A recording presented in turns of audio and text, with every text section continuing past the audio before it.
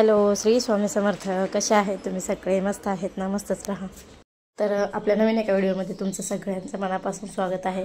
तर इथे ना सकाळी सकाळी दत्त महाराजांची गाडी आली होती आणि त्या गाडीमध्ये 6 पायांची गाय होती. मागे पण एकदा आली होती, पण तेव्हा ती गाडी थांबली नव्हती इथे कुठेच. पण आता हे जे महाराज आहेत ना, तर त्या महाराजांनी आम्हाला म्हणजे म्हणजे घरोघरी असं काहीतरी देवासाठी मागायला येतात. ते कोणी दिलं बरं, नाही दिलं तर मग तसेच पुढे निघून जातात.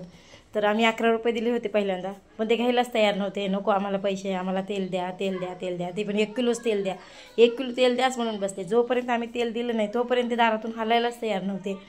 पण तसं पण त्या दिवशी शनिवार होता. काकू म्हणल्या तू पण स्वामींची सेवा करते, मागायला तर देऊन टाक. ते पण काही वाया घालणार नाही. तेल एकतर देवाला दिवा तर लावतील, नाहीतर मग एकतर खायला तर वापरतील, वाया घालणार नाही ते. त्यामुळे जाऊ द्या म्हणून मग आम्ही देऊन टाकलं 1 किलो तेल त्यांना. पण कसं असतं माणूसचं कसं असतं, पहिलं द्यायला काय देतं माणूस, पण नंतर मग एवढं तेल गेलं तेवढं तेल गेलं असं वाटतं. पण काकूने सांगितलं का शनिवार आहे, शनिवारचं तेल दिलेलं चांगलं असतं, आपल्या महागटलं जे बी काय आहे ते निघून जातं. त्यामुळे मग जाऊ दे म्हणलं, आता गेलं तर गेलं देवासाठी. देवाला माझ्याकडून घ्यायचं असेल, त्यामुळे सकाळी सकाळी गाडी आली होती, आमच्या दारातच येऊन थांबली. कोणालाच ते निगलीत काही मागितलं नाही, पण आमच्याकडंच मागितले. आणि त्यातल्या त्यात मला म्हणते की मी दीपावळीमध्ये तुमच्या घरी जेवायला येणार आहे. मी म्हणलं की तुम्ही सांगून या जेवायला, मला यायचं आहे. तर ते बोलले की नाही, मी सांगून येणार नाही, अचानकच येणार आहे. भले शिळी भाकर आणि चटणी असू दे म्हणून तुझ्या घरी, पण मी खाऊन जाणार आहे.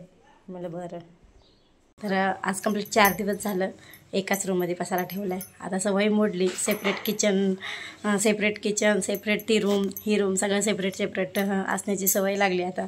पण एका रूममध्ये एवढं चुडचुड झालं ना, आम्हाला वाटलं 8 दिवसामध्ये सगळं जिकडं तिकडं होईल, 2-3 दिवसामध्ये. कारण ते बोलले की 1 दिवस पडशे बसवायला, 1 दिवस फक्त पाणी वगैरे मारायचं आणि दुसऱ्या दिवशी लगेचच रिकामं. पण तसं काहीच नाही झालं.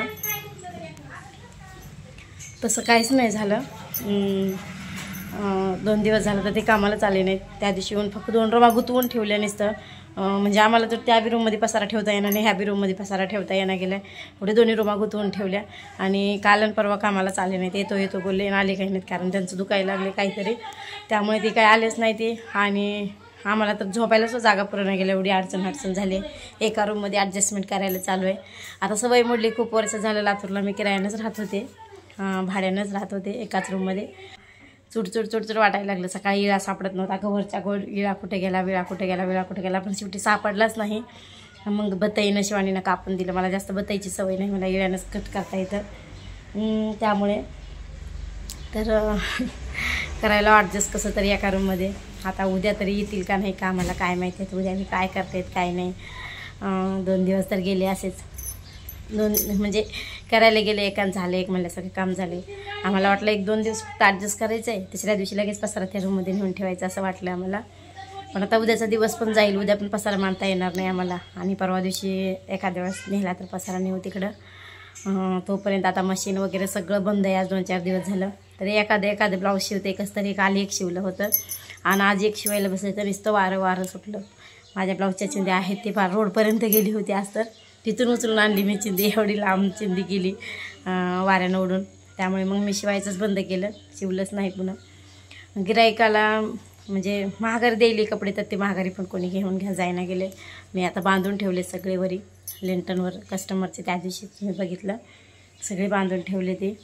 आणि 2 दिवस झालं म्हणतील होईल आज उद्या हे असं म्हणतच एक दिवस लोटायला लागला आहे. आता उद्याच्याला कंप्लीट 14 दिवस आहे. आता उद्या बी अजून काय होते काय माहिती. आता कामं करायला काढले ना, माणसाला वाटतं होईल लवकर, पण कामं काही कधीच लवकर होत नाही. कारण त्यांच्या पण हातावर दुसरी कामं बरेच घेतलेली आहेत. मग प्रत्येकजण गडबड करणार, हित आमच्यात या म्हणून. तिथे पण असंच अर्धे कामं करून गुंतवून ठेवलेलं असतं. त्यामुळे तर असं म्हणलं चला आता काम करायला काढले म्हणलं 1-2 दिवस ॲडजस्ट तर करावंच लागेल, काय पर्यायच नाही दुसरा. आणि निम्म्या भरण्या तिकडे ठेवल्यात, निम्म्या भरण्या इकडे आणलेत.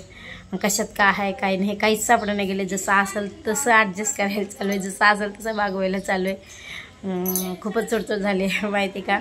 दिवसभर तर काय दोघी पोरी पलंगावर झोपतात, काकू खाली झोपतात. दुपारच्या टायमाला झोपायचं कुठे ह्या प्रश्न पडतो एवढा. मी तर आज त्याच फडशीवरच जाऊन झोपले होते दुपारी माहिती का. एवढंच म्हणजे कंटाळून चाललाय जीव, कधी होईल असं झाले. त्यामुळे पूर्ण पसार ह्या रूममध्ये मांडला आहे. बघा किती राडा झाला आहे. देव तेव्हा त्या कोपऱ्याला गेलेत आमचे आणि तिथं तरीसुद्धा पुरी देवपूजा करतात रोजच. मी म्हणलं होतं तेवढ्यावर ठेवले देव, तर असू द्या देवपूजा करायची. तरीसुद्धा देवपूजा चालू आहे. तेवढ्यावरी देव गेले तरीसुद्धा देवाची हाय गाई नसते. आता सगळे भांडे घासून वगैरे लावावं लागेल, कारण घंगाळ बघा किती घाम झाले. पाण्यानं हिरवगार झाले. पितांबरी पण आता पहिल्यासारखी येणं गेले. माहीत नाही आम्ही पहिलं जे आणत तीच आता पण आणतोय, पण आता एवढं पाहिजे तेवढं निघत नाही त्यांना. तर असंच चालत जाऊ दे. आता पाण्यानं पण होतं एखाद्या वेळेस. आणि त्या पोत्यामध्ये तर काय साड्या भरून ठेवल्यात मी.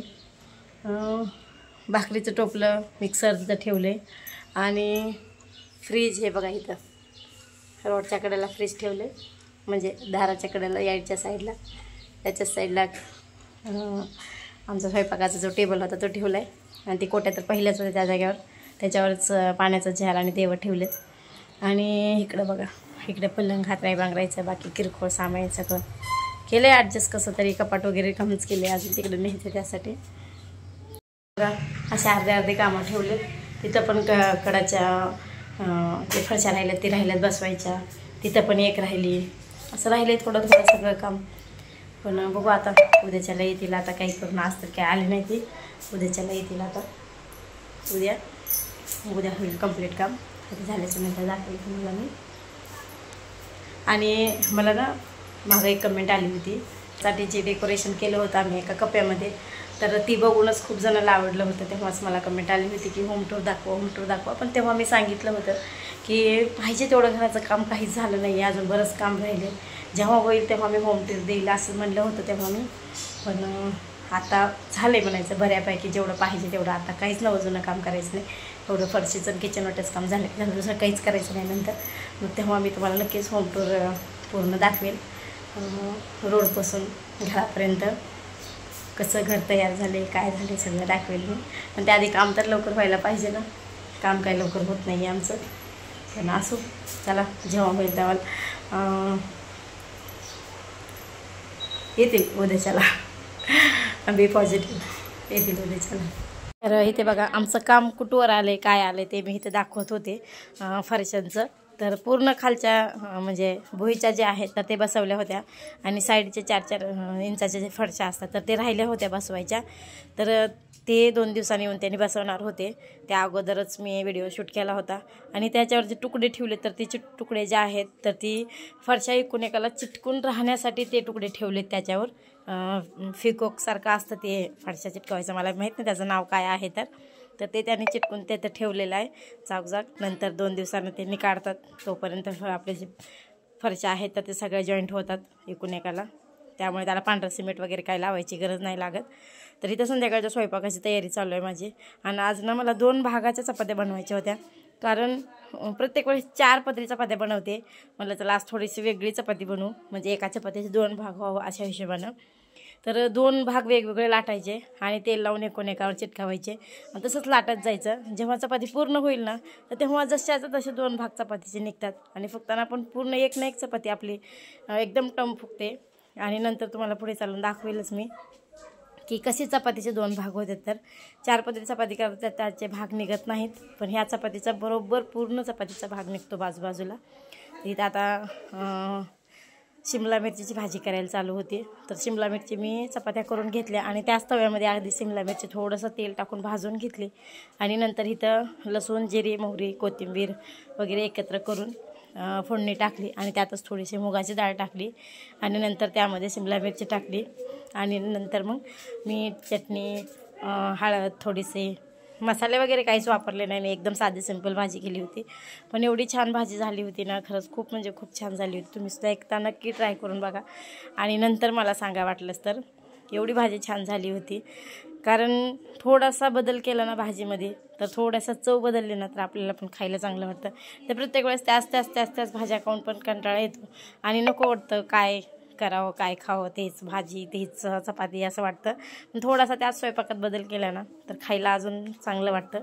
तर इथे बघा मी आता जेवायला ताट वाढून घेतले. 2 भाज्या होत्या, कारण एक भाजी सकाळची होती आणि एक भाजी आत्ता केलेली होती. तर बघा जशाच्या तसे 2 भाग चपातीचे निघलेत वेगवेगळे. तर विचार करू शकता खायला असता कसलं भारी वाटेल. एकदम पातळ पातळ दोन्ही पण लेअर चपातीचे. तर अशा आजच्या चपात्या होत्या. तर चला व्हिडिओचा